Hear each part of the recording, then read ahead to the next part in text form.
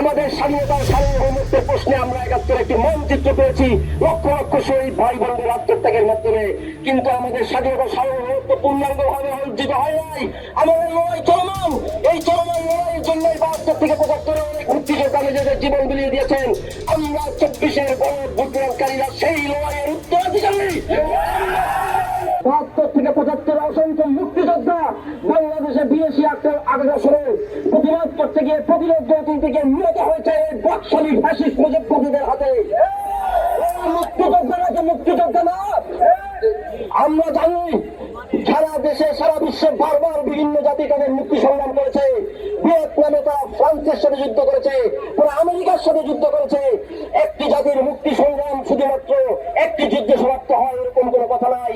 বাংলাদেশে ৭১-এর পর আমরা দেখেছি বাংলাদেশের নদীগুলো কিভাবে শুকিয়ে মেরে ফেলা হয়েছে, বাংলাদেশের নদীগুলোতে একের পর এক কিভাবে বাদ দেওয়া হয়েছে, কিভাবে এখানে প্রোডাক্ট ডাম্পিং করা হয়েছে, কিভাবে এখানে সীমান্তকে অনিরাপদ করে তোলা হয়েছে, বাংলাদেশের সার্বভৌমত্ব হস্তক্ষেপ করা হয়েছে, বাংলাদেশের সেনাবাহিনীকে আঘাত করা হয়েছে ষড়যন্ত্রের মাধ্যমে।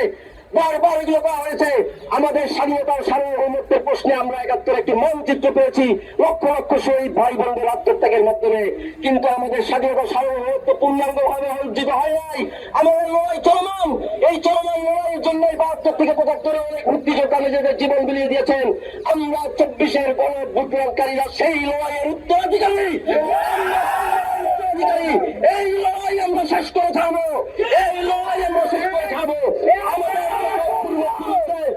আমাদের যেসব পূর্বপুরুষদের রক্ত অবদানের কথা আমাদের ভুলিয়ে দেওয়া হয়েছে, আমরা তাদেরকে সামনে নিয়ে আসবো।